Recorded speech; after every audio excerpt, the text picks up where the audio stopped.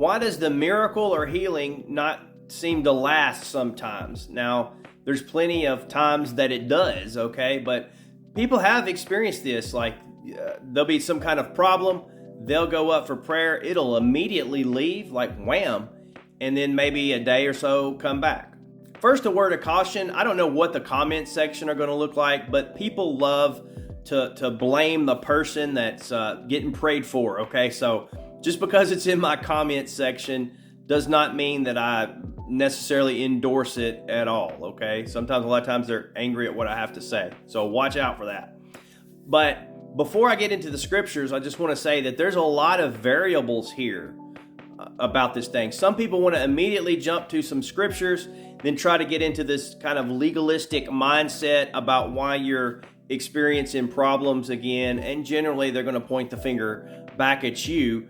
But other people, like, they'll say, well, it was just all in your mind anyway, or something like that. But I've seen cases where, people can't walk or something, something extreme, and then they can, and then suddenly it's back where they can, okay? So we're talking about things that honestly happen, okay? Number one, there could be, let's say, there could be just very logical reasons why that's happening. For example, let's say you had bad ankle pain, all right? You got prayed for, it was healed immediately, and a couple of days later, you're experiencing that again.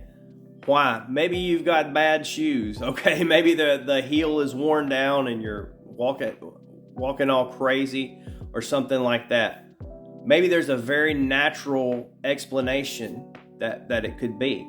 There could be a lot of reasons why. Maybe you're subjecting yourself to stress. Now that's, even though it's not necessarily a physical pain, I've seen that a lot, praying for people for stress and depression to leave, and bam, it's gone. It's gone. And then, they haven't renewed their mind to Jesus Christ, and they're back worrying, the next week. So sometimes things like that happen.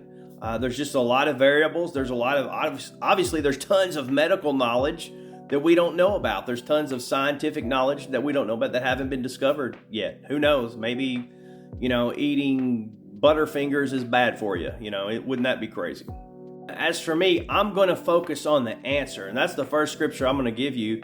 The answer is Jesus Christ. The answer is faith in Him. So no matter what happens, we'll pray again till we see this thing fully manifest. So the prayer of faith will save the sick.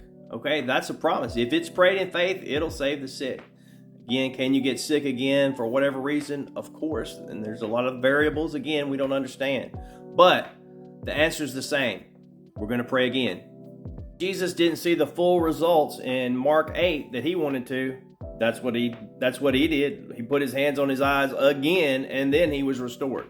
So we're going to keep swinging away at it. So now let's look at some scriptures that a lot of people are probably going to throw at you in kind of a condemning way. Jesus prayed for a man and he was healed, and then He said, go and sin no more, lest a worse thing come upon you. Okay, so a lot of people will say, you've got some sort of hidden sin or something like that. And while that's certainly possible, I don't think that's necessarily always the case. This isn't a cookie cutter thing that one size fits all here.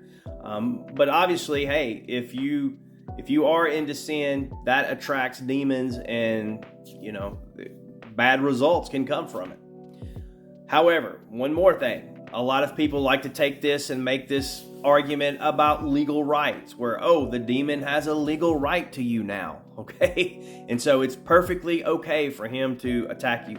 That's not true. Jesus died for the sins of the whole world, past, present, and future. That stuff's gone away with. Demons, they don't have a legal right to do anything except go away. Okay, that's their legal right, is get lost. So we have this. That's going to leave people to bring up this scripture, which Jesus, even in this scripture, He wasn't giving a tutorial on deliverance ministry. He was talking about that generation in Israel is like this, but nevertheless, He does say that evil spirits can come back. They can come back upon people. Now, people are going to say, unless you do A, B, C, D, that's not in these scriptures. Just this is the only scripture that Jesus mentioned this in, and he still cast out demons and all of that stuff. So obviously, don't sin, don't open yourself up to demons or anything like that.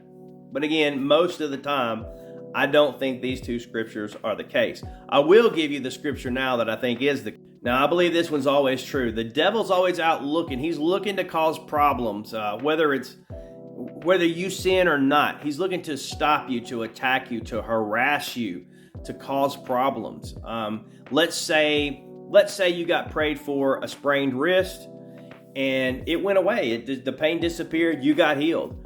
What if, and I'm saying what if Satan could come back and mimic that pain? He could just, touch your wrist, and mimic that pain. And then you get into fear and worry and, oh my gosh, is this thing broke or what? I don't know. I'm not saying that's what he does. I'm just saying, just an example. He's always lying. He's always trying to subvert your eyes to him instead of Jesus Christ. So that's why I always like to focus on Jesus. I believe he's the answer to the problem. So, for instance, we can talk all day about how 2 times 2 is 4, 2 plus 2 is 4, 9 minus 5 is 4, 3 plus 1 is 4, okay? So we can come up with all these different problems, but the answer's still the same. The answer's 4. The answer is Jesus Christ. And his power and his love for you is the answer. That's the healing that's going to take place is through Jesus Christ. So I like to focus on the answer instead of the problem. Hope that helps. God bless you. And watch out for that comment section.